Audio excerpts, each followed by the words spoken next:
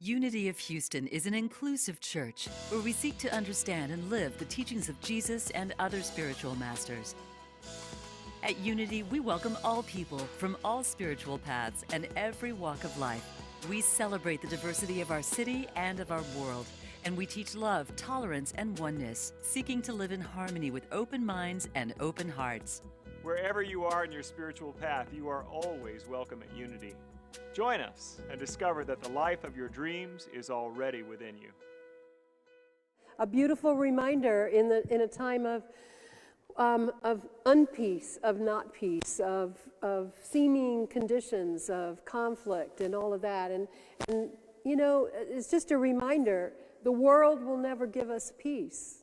It is not the world's nature to bring peace. It is the world's nature to be changing, to be shifting, to be constantly shuffling it up, to be in movement. And peace is just that beautiful space upon which everything else flows, everything else changes. But peace is the bedrock underneath it all. And so peace is always here. And for us to see peace in the world, we have to feel the peace. We have to see through the eyes of peace. We have to bring it ourselves. We are the bringers of the peace. And if the world will ever express it, it'll be because we're expressing it. And so just take that as your commitment to bring to the world, because it is already the burden of our hearts. It is already inside of us to speak, to walk, to act from. So I trust that all of you will take that to heart and find a way to do that this week. In this lesson for this evening, we are looking at a place where Thich Nhat Hanh talks about different ways of different disciplines, I would say.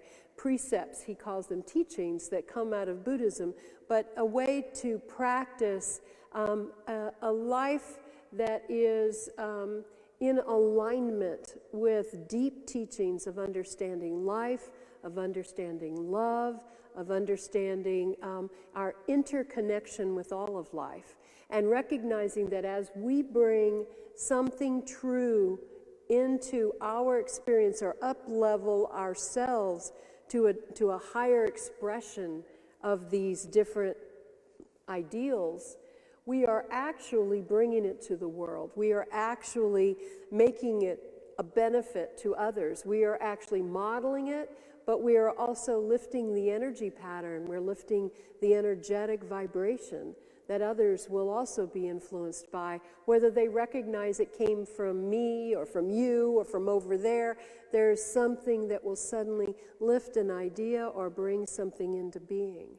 And so this is the Buddhist view of things, but it is also our view of things as well. Here in Unity, we also see that this is how it is.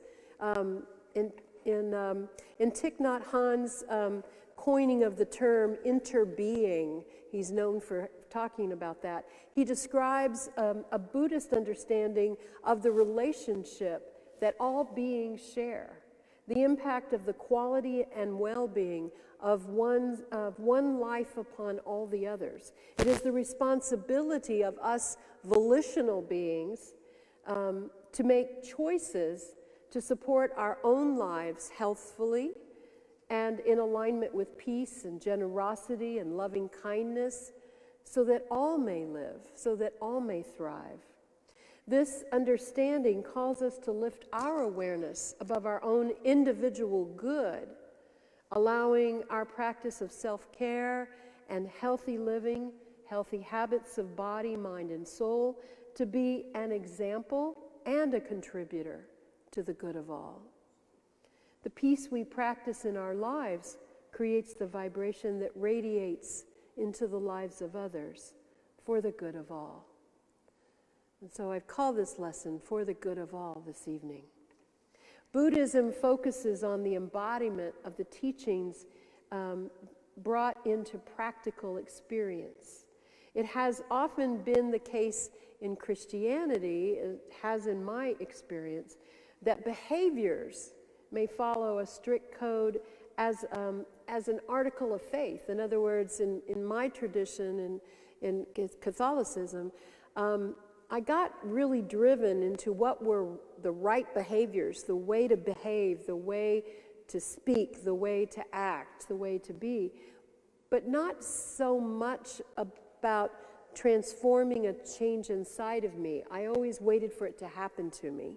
And whether that was just a misunderstanding on my part, I'll just say that I didn't really feel that the practice of the goodness that I was trying to do was anything other than keeping me on the good side of God. Like I was trying to win, I was trying to God please, I was people pleasing and God pleasing, right? It's not a terrible way to live, but it is such a limited way to live. And so in Buddhism, the practice is much deeper than that. It's intended to transform us. It's intended to change us. And that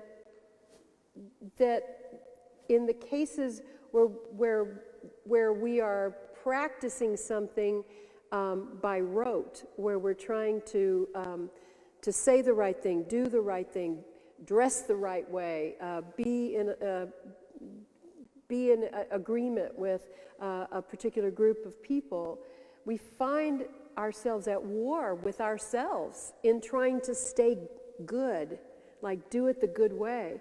That picture that you often see of the devil on one shoulder and the angel on the other, the temptation and the don't do that, you know better, that's not how it's supposed to be. That back and forth thing, I don't know, you probably don't live like that anymore, right?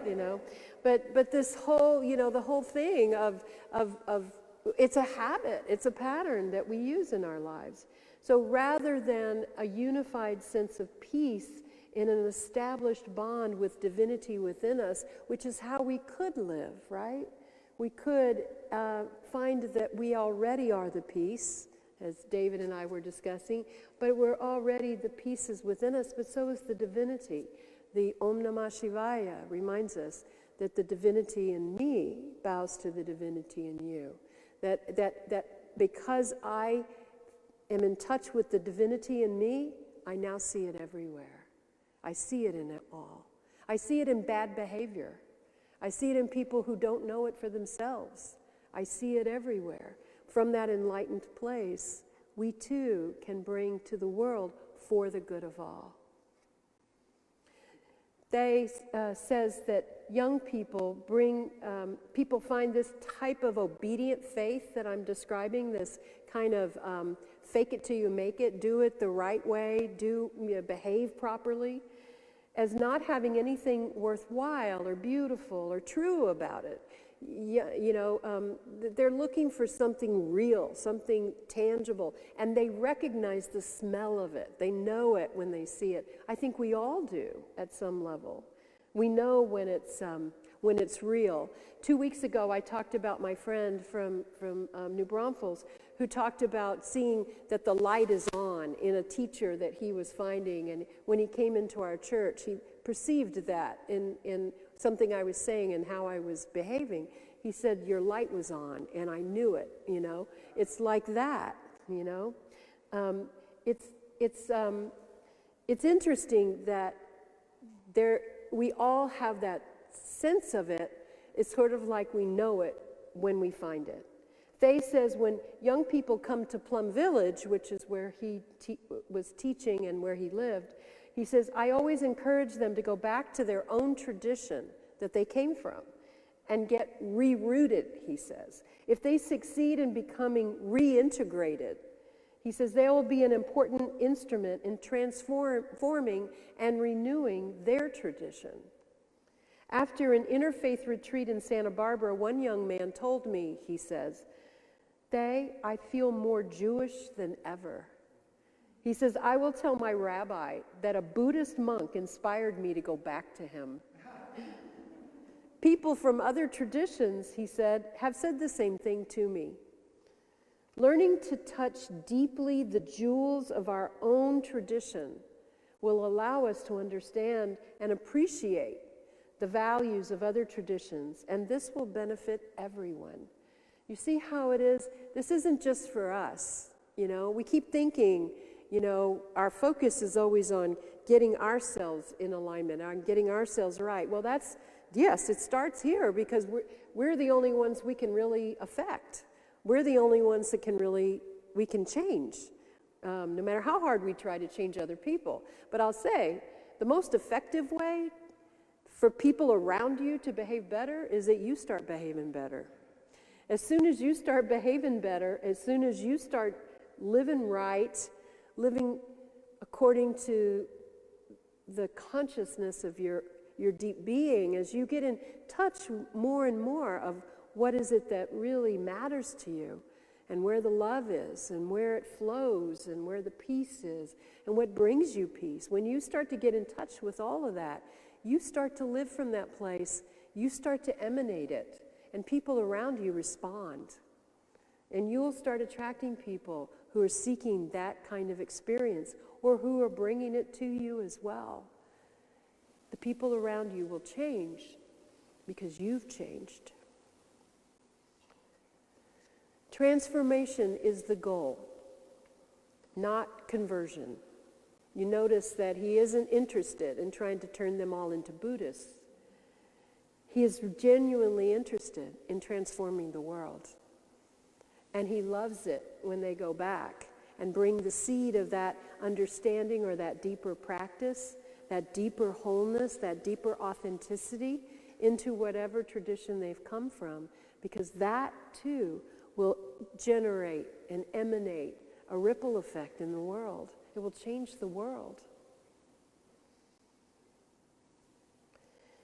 So he talks about the 5 wonderful precepts of Buddhism, he says. Precept number 1, I'm going to read it to you from the book. Precept number 1 is, aware of the suffering caused by the destruction of life, I vow to cultivate compassion and learn ways to protect the lives of people, animals, plants, and minerals.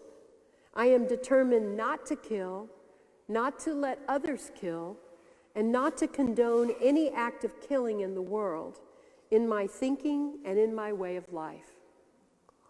And there's 4 more after that. I was just like, when I got to that, I was like, I don't think I can speak on that tonight. It's like, that is, whoa, that is the highest bar I can imagine. He says, the first precept is born from the awareness that lives everywhere are being destroyed. We see the suffering caused by the destruction of life. Boy, don't we? And we vow to cultivate compassion and use it as a source of energy for the protection of people, animals, plants, and minerals. No act of killing can be justified. And not to kill is not enough. We must also learn ways to prevent others from killing. We cannot condone any act of killing, even in our minds. So how do we do that? How do we live from that? He says, the interesting thing is this. Let me see where I am with it. Yes.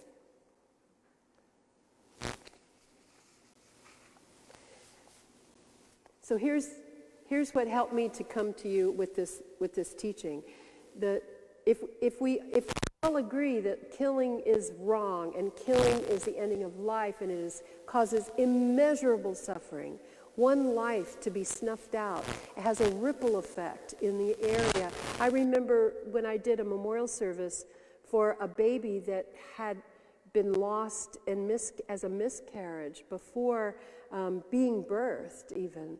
I was asked to do a memorial service for this soul. And I thought, I was just like, how do you do that? How do you recount a life that wasn't lived? Do you know what I mean? Because memorial services are about the beginning and the end and the in-between, and you share about that. And I was baffled until I just really kind of opened myself to understanding that here we were gathered in a room, whoever's going to be there has been deeply affected by the loss of this life. This life has already had a ripple effect by not being born, by being lost before birth. What kind of power is that? What kind of impact? What kinds of transformation? What kinds of lessons come out of that, right? So we recognize that when a life is taken of any kind, there is a ripple effect, and it happens with animals, ostensibly with plants, and minerals. Some say, well, that's just a rock, that's just static, but not in the bigger scheme of things, and not in the Buddhist way of thinking, not in our indigenous people's way of thinking. Stones are stone people. They have a very, very, very long life, and they have seen much over millennia at times. And they are the holders and the carriers of great history that has shaped them. That is why they're so awesome to us and so beautiful, and how so many of us are drawn to them and want to climb them and want to sit in them. Some of us want to eat them. I do at times. But there's a sense that there's, some life there. There's some wisdom in it. So in understanding that, all of that, it becomes overwhelming to consider how, I just said 10 minutes ago, you can't change how anybody else is going to act. How can you keep them from killing? The most obvious thing. If we can't affect others, we can't stop people from doing things, how can we be responsible for that? And he says this. He says, no one can practice this precept perfectly. Whew. We should not be too proud about being a vegetarian, for example. He says, we must acknowledge that the water in which we boil our vegetables contains many tiny microorganisms, not to mention the vegetables themselves. But even if we cannot be completely nonviolent by being vegetarian, we are going in the direction of nonviolence. If we want to head north, we can use the North Star to guide us. But it is impossible to ever arrive at the North Star. Our effort is only to proceed in that direction. If we create true harmony within ourselves, we will know how to deal with family, friends, and society. The practice of the first precept is a celebration of the reverence for life. When we appreciate and honor the beauty of life, we will make every effort to dwell deeply in the present moment and do whatever we can within our power to protect all life. For this precept, he says, for this precept, this is me speaking. I forgot my own notes. For this precept, I'll just say, I can't get into an internal argument of killing, not killing, right? I don't want to be walking around saying, I don't want to kill anything, I don't want to kill anything. That's killing, not killing. How can I not kill? I don't want to focus in that way. So for me, in my mind, I hold a sense of peace. Instead of killing, what instead I try to do is hold peace as a positive force for understanding that this power of peace that is already present within me, if I simply radiate this, if I begin to speak and to see that, how can I find peace? And how can I be an agent for peace? And how can I bring peace in this positive way to the world? How can I be the place of understanding as well as protection for those with life around me? Give that some consideration in your life. Precept number 2. Precept number 2 shows up right here. It says, aware of the suffering caused by exploitation, social injustice, stealing, and oppression, I vow to cultivate loving kindness and learn ways to work for the well-being of people, animals, plants, and minerals. I vow to practice generosity by sharing my time, energy, and material resources with those who are in real need. I am determined not to steal and not to possess anything that should belong to others. I will respect the property of others, but I will prevent others from profiting from human suffering or the suffering of other species on earth. Yeah, I told you, this is high-level stuff, right?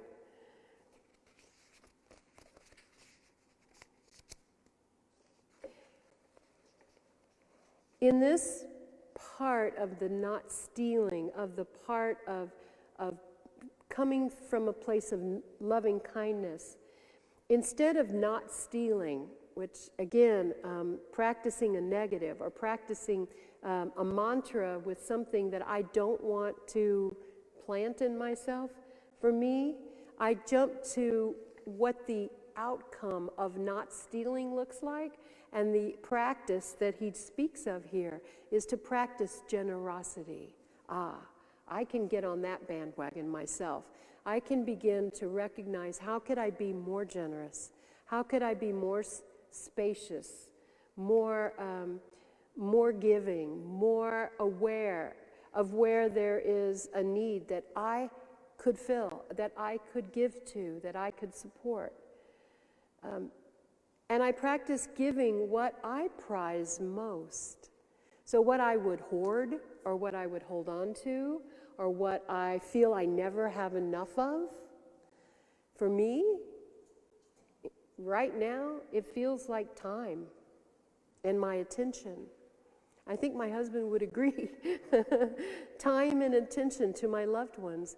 I find that I need to, for my practice, the generosity of giving of self is to the people who I know and who I love and who are connected to me, I'm irreplaceable as they are irreplaceable for me. They're not interchangeable. I can't get, different grandchildren. Sometimes I wish I could, but I love all my grandchildren. Actually, it's their adult parents that I'm willing to, try to. No, that's right. That's right. Is this being recorded? Anyway,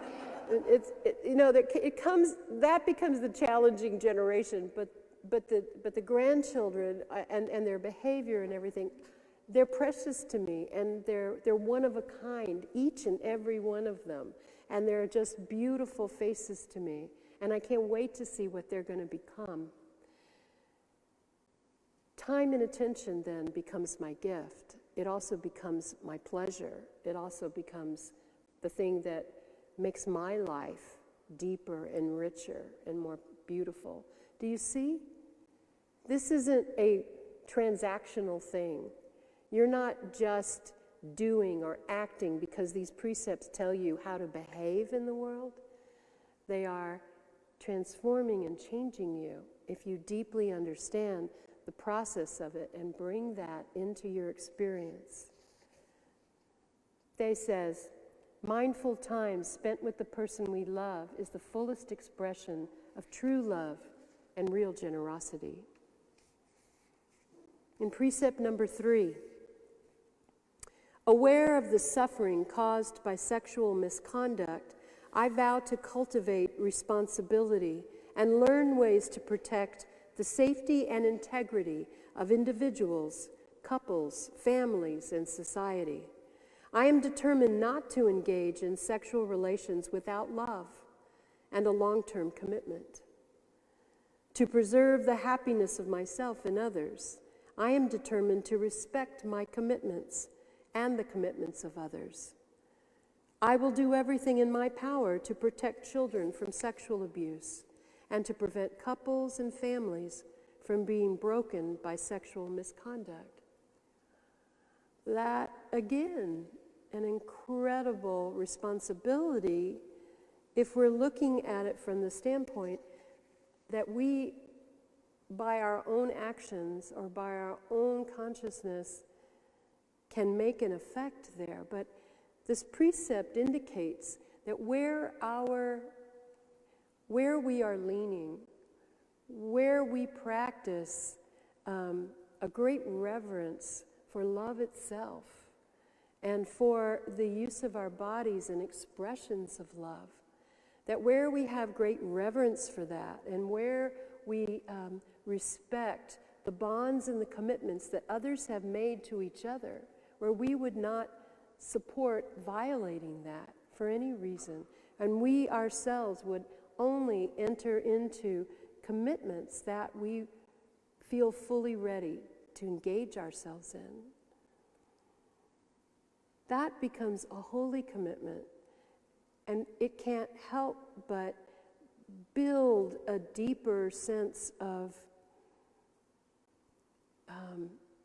bringing a great gift to a relationship and to the world, really, by the demonstration of that understanding. They says, a sexual relationship is an act of communion between body and spirit. This is a very important encounter, he says, not to be done in a casual manner. In our soul, there are certain areas, memories, pain, secrets that are private, that we would share only with the person we love and trust the most. We do not open our heart and show it to just anyone. Love is deep, beautiful, and whole, integrating body and spirit, requiring respect and communion of souls as well as bodies. Our bodies are not separate from our souls. They are the expression of our souls. Doesn't it take everything to a higher level? It brings everything to a holy sacrament in a way. It's a beautiful precept, and an explanation or a way of handling it is, I think, a way in which we can practice with more integrity.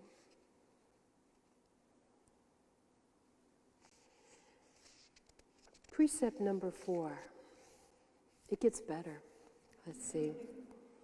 Aware of the suffering caused by unmindful speech and the inability to listen to others, I vow to cultivate loving speech and deep listening in order to bring joy and happiness to others and relieve others of their suffering.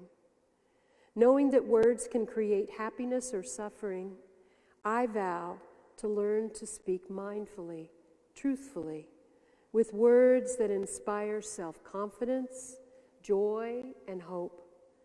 I am determined not to spread news that I do not know to be certain, and not to criticize or condemn things of which I am not sure. I will refrain from uttering words that can cause division or discord, or that can cause the family or the community to break. I will make all efforts to reconcile and resolve all conflicts, however small. That is being rigorous with one's word, being rigorous with one's truth and one's cleaning up one's messes as you go, rather than waiting to see if you get caught in it or not, if it causes a stink or not, right? This is a different way of living. I will say that, being true to one's word is a high value for me. Truth, to me, truth is all that matters. I gave a talk at the end of January, really. It's one of my personal precepts. Truth is all that matters. Peace is the goal. Love is the way. Truth is all that matters. So when we find the truth Whatever it is, I want to know what it is, because that's the shortcut through a bunch of pain and suffering. It is always the shortcut. It's what all this mess I've been going through or I'm about to go through is really about. If I can get to the truth of it, I'm already at the understanding and the transformation and the change. So in my life, I have found that I have practiced wherever I can. When I'm about to say something to someone about another person, there is a little thing in the back of my mind that comes up. Would I be willing to say what I'm about to say to that person? Because if I send this out, there's a good chance it's going to find its way somewhere, right? Probably not exactly the way I said it, but probably close enough, you know. And I need to be in integrity with myself. And I would also like to prevent some pain and some embarrassment and some painful experience with another person. And so if I realize that this is not something that I would say to them, then it isn't helpful and it isn't useful, and it's easier for me not to say it at all. And I hold silence and I hold it back. Truly, my goal is always going to be, when I'm in my right mind, is always to be uplifting, healing, hope, helping, make something better. And if there's a truth that I feel like I need to share, or at least my truth as I understand it, I am willing to say that to the person as well, because therein lies the hope that something can change, either between us or in the world or in a conditioned relationship or circumstance of some kind. Truth is always the thing. And we're imperfect detectors of truth, but we do our best. And there's a place in us that resonates when we have hit on something that is deeply true. And so that brings us to precept number 5. Mindful consuming. Oh boy, nobody gets to leave on this one. Aware of the suffering caused by unmindful consumption, I vow to cultivate good health, both physical and mental, for myself, my family, and my society by practicing mindful eating, drinking, and consuming. I vow to ingest only items that preserve peace, well-being, and joy in my body, in my consciousness, and in the collective body and consciousness of my family and all of society. I am determined not to use alcohol or other intoxicant, or to ingest foods or other items that contain toxins, such as certain TV programs, magazines, books, films, and conversations. I am aware that to damage my body or my consciousness with these poisons is to betray my ancestors, my parents, my society, and future generations.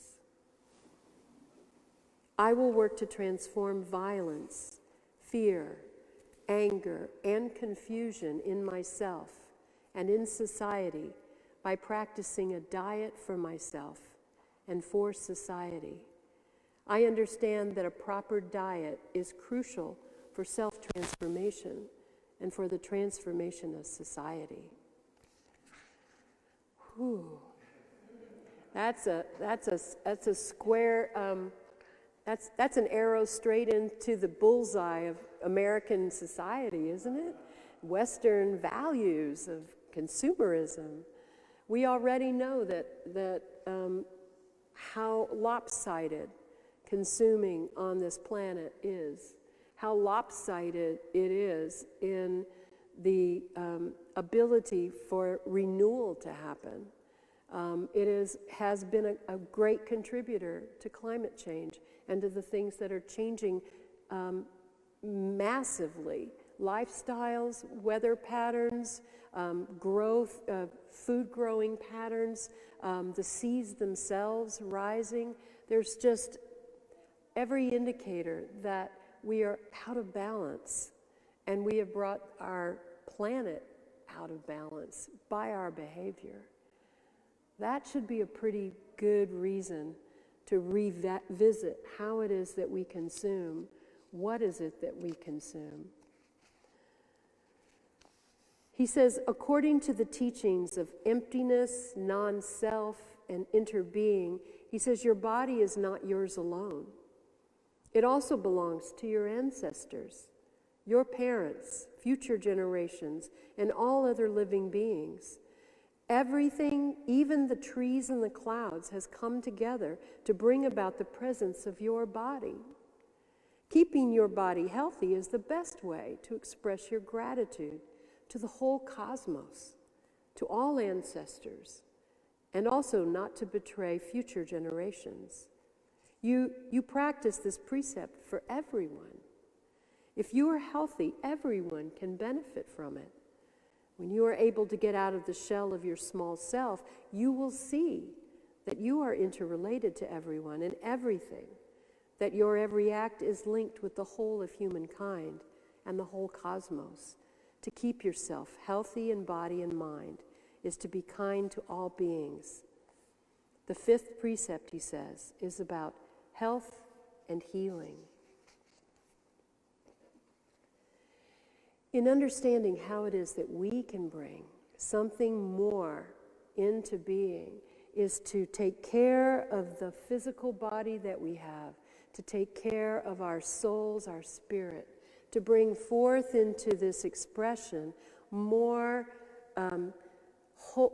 healthy, whole, truthful speaking, loving kindness, generosity of spirit, sharing of everything that we have, and giving from ourselves, knowing that every time we do it, not just that we do it from now on, full out, perfectly, which he says we already know we can't do, if we just remember that every instance and every choice we make, if we can up-level it and shoot for the North Star, that we are definitely making a better choice than we would have without paying any attention at all, doing it unmindfully, doing it out by rote and by reaction.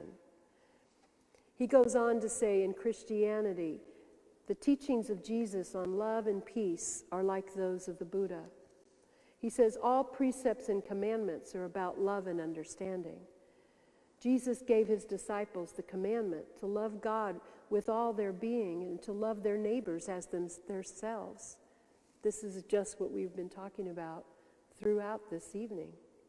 In 1 Corinthians, it says, love is patient, love is kind. Love is not envious, arrogant, or rude. It is not irritable or resentful. It does not seek its own way. It does not rejoice in wrongdoing, but rejoices in the truth. It bears all things, believes all things, hopes all things, endures all things. Love never ends. And Jesus gave his peace. He gave his peace to his disciples. He gave his peace to us. He says, peace I leave with you. My peace I give you. I do not give to you as the world gives. Do not let your hearts be troubled. Do not be afraid. Peace activist A.J. Muste says, there is no way to peace. Peace is the way. Our way of being affects all of the world. Every time we embrace love, trust, reverence, peace, truth, we bless the world and lift it higher for the good of all. Namaste.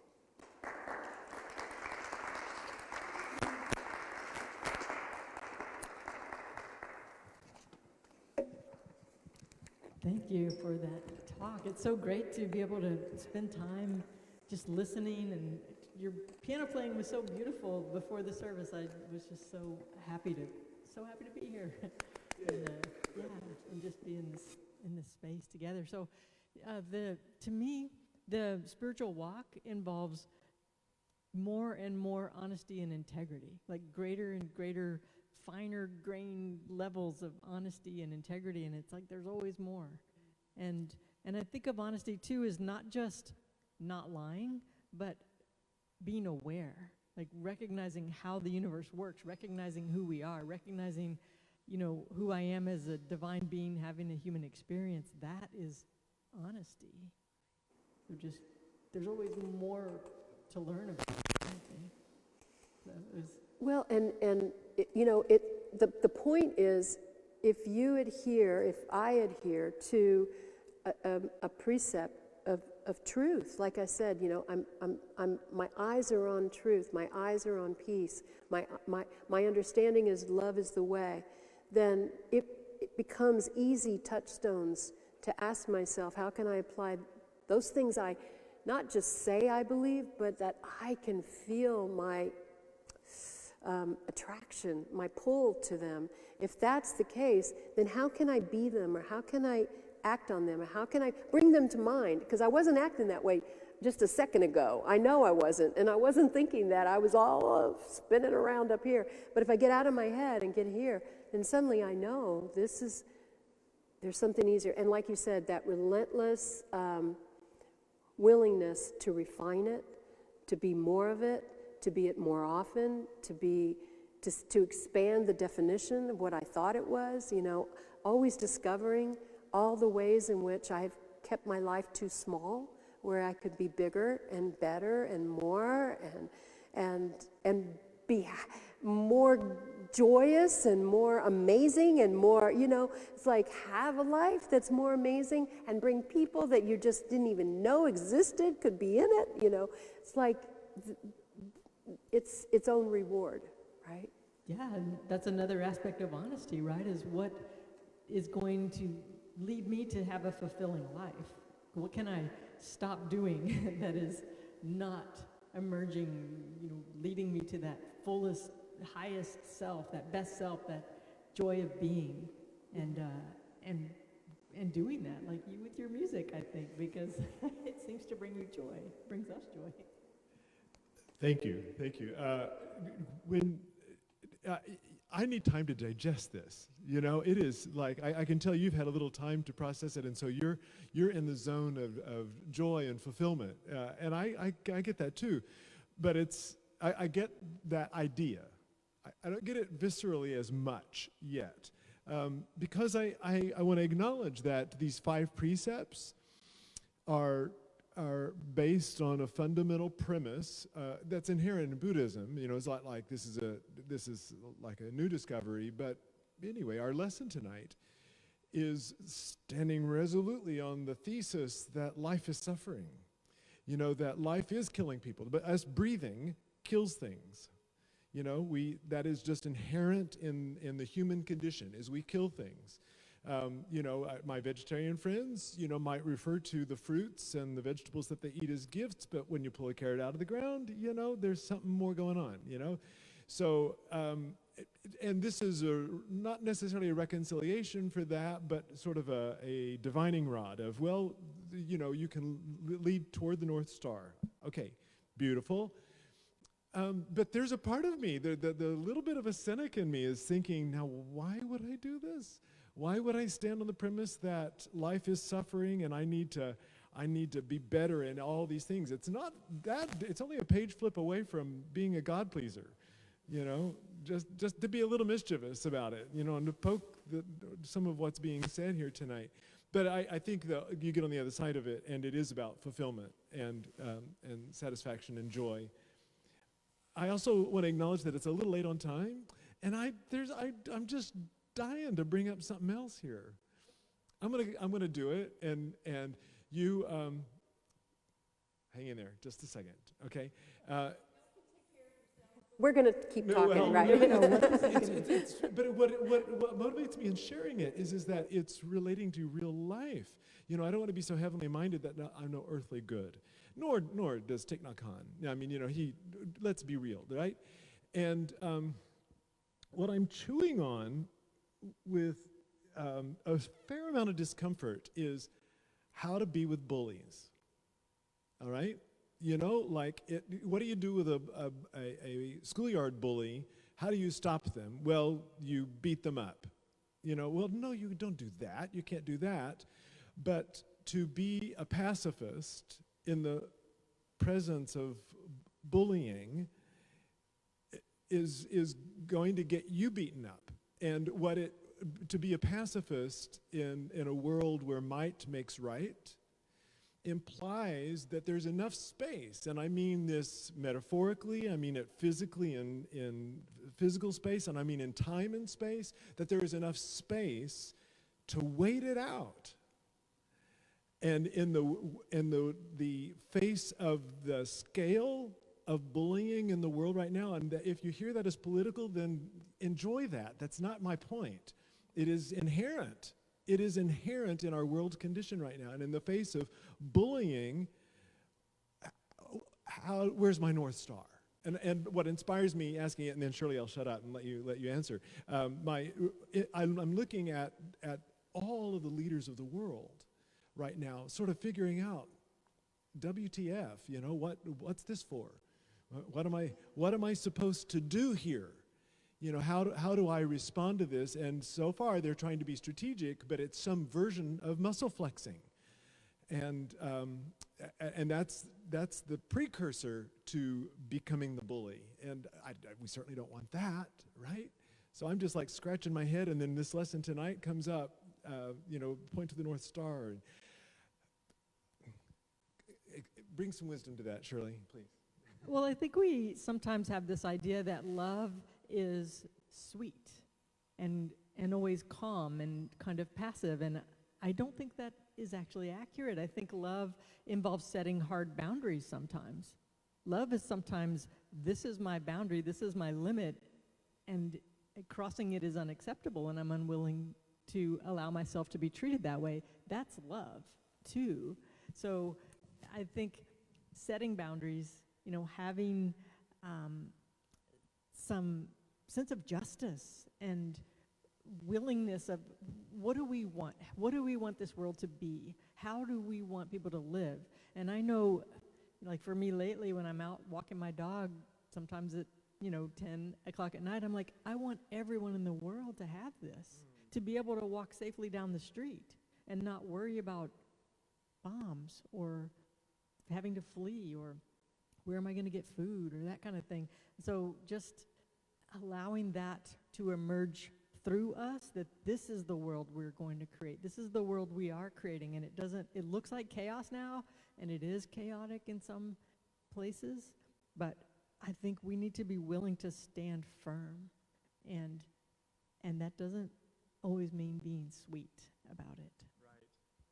So we need to probably wrap it up tonight, but I'm going to keep chewing on this and ask for more wisdom on this, because I agree with every single word you've said.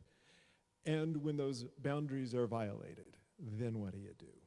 Do you defend yourself, or do you reset the boundary, or do you say, I'm a pacifist and I'm going to find enough space for this bullying behavior to dissipate? I mean, I'm just going to live into that question. I would say this, that there are certain conditions and situations in life that I cannot hypothetically know from a hypothetical standpoint until I'm actually standing at that juncture with a broken down boundary as to what I would do or what I should do. That it's at that moment that the wisdom applies. The key is, how true am I holding to the things I say I value and believe? Peace, love, honor, authenticity, seeing the light, knowing that this person who's behaving in this way is not who they are, even if they don't know it yet. How can I be a reflection back to that? Those are my values. What will I do when that happens? I'll let you know. That's perfectly brilliant, Reverend Karen. Thank you. You're welcome. I dig it. Hey, amen. Hallelujah. Thank you for watching this message today. I'd like to invite you to join us in person here on campus at Unity of Houston for Sunday morning or Wednesday evening services. If you can't be with us here on our campus, you can still join us live on Facebook or on our website, unityhouston.org, Sunday mornings at 11 a.m. Central.